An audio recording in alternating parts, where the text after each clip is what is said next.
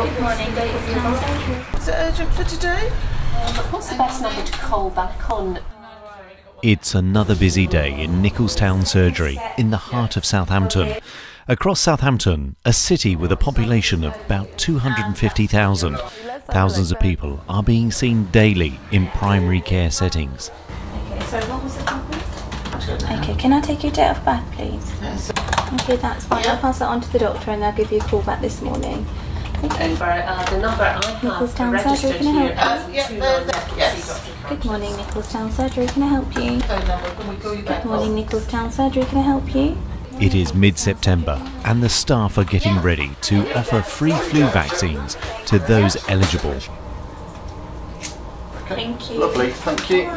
Okay. As 1 in 3 residents in Southampton live with multiple long-term conditions, protecting them from further complications throughout the winter, it's as crucial as motivating people to lead healthier lifestyles. My job title is practice nurse at Nicholstown Surgery. So a practice nurse looks at a lot of chronic disease management throughout the surgery, and it is often used to be called a surgery nurse. But also we do things like NHS health checks, and also looking at travel advice and travel immunisation as well. The NHS health check is an opportunity for us to review patients who we may not see under the chronic disease management. People we're trying to pick up really who may have an underlying or predisposed condition that may surface later on in life. So it's our opportunity to talk about healthy living, looking at diet, looking at exercise, and also looking at things like alcohol and smoking and reiterating the health benefits of limiting those things and those activities. We also give opportunities for people to see dietitians or our health trainer, and also look at exercise programs within the city that can assist people to make small changes to their lives to make big health benefits. Have you been here for a long time at this practice? Yes, I've been here for 8 years now. But I've just got a new job. Where? Still here, but as an advanced nurse practitioner training. So I'm training to have my masters eventually, so that I can just prescribe. So currently at the moment I can't prescribe, so I have to go to the GP for any prescriptions that I might need. So hopefully I'll be at the stage where I won't need to do that so much. Part of what I wanted to do was just learn some new skills, adapt myself. With things moving more and more towards primary care, I wanted to be part of the future in Southampton. So advanced nurse practitioners have actually been around really quite a long time, probably at least 15 or 20 years.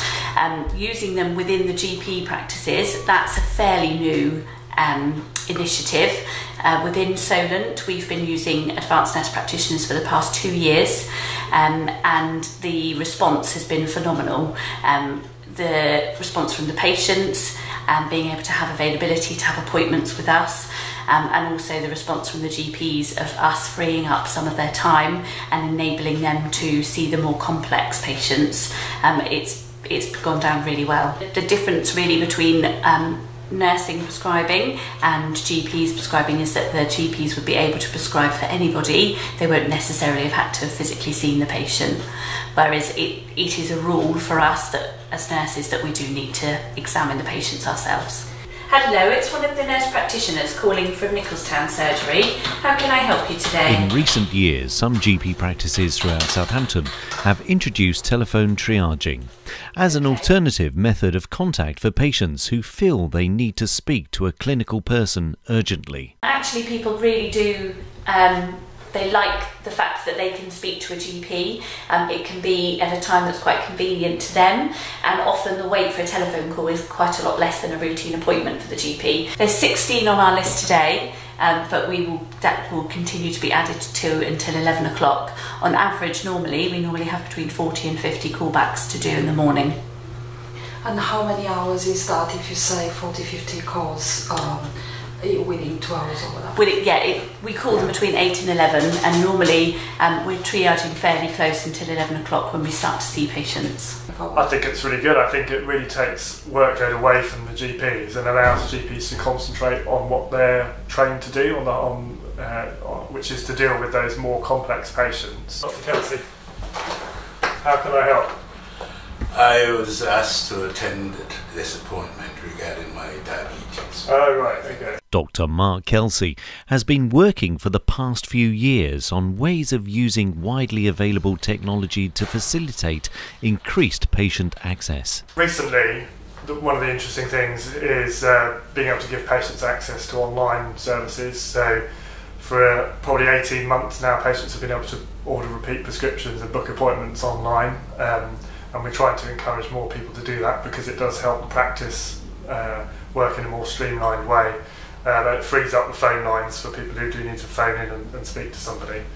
The other thing which builds on that is online consultations, so allowing patients to go through a website and fill in details about what their problem is, and then that gets sent through to the practice as a message that they can then act on. So that can then either go to a GP or a nurse or an admin person, depending on what the query is. There's a few practices in Southampton that are already doing it and are finding it quite useful, and they're finding it beneficial for their patients because it's easier for them to get through and do it online than it is to wait for someone to speak to on the phone.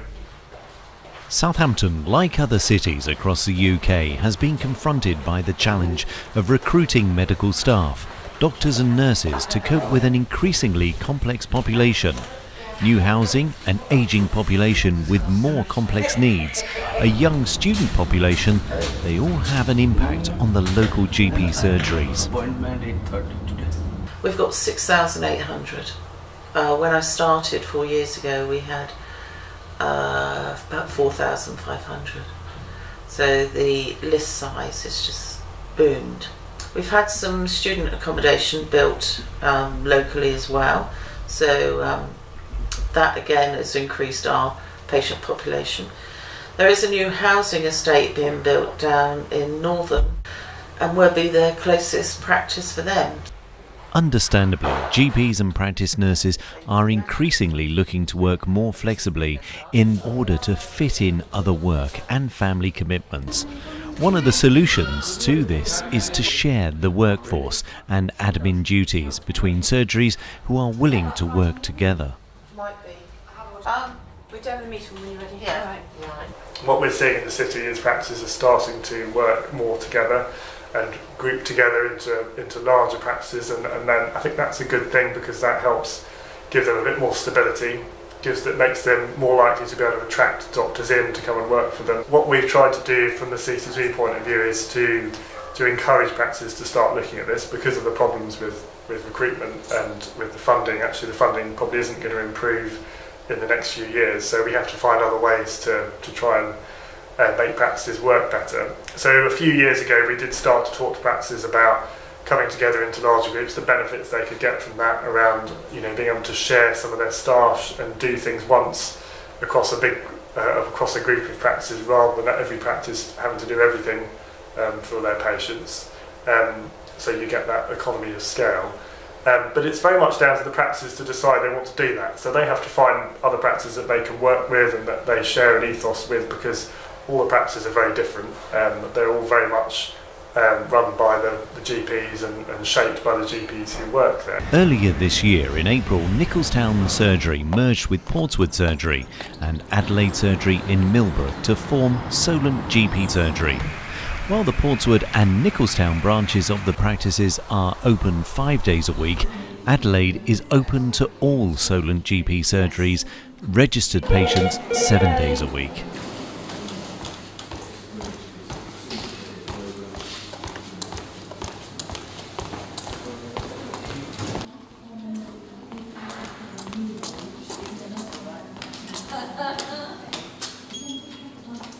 Well, I'm working from 8 until 8 today, so it's a long day today. The key thing for me is getting across to people that we are open 7 days a week, 8 till 8, so anybody ringing in can be seen within that time by an advanced nurse practitioner or a GP. We will go in each evening and send a text to all the patients that are due in the next day just to remind them they've got the appointment, as some of them are booked a good few weeks ago. We still get maybe 6 or 7 a day that don't turn up. Without any notice? Yes, yeah, even though they may have had a reminder, they still just don't come in. don't let us know, so we can't reuse those appointments. Another significant challenge to the city is the volume of people attending our A&E department, also known as the emergency department.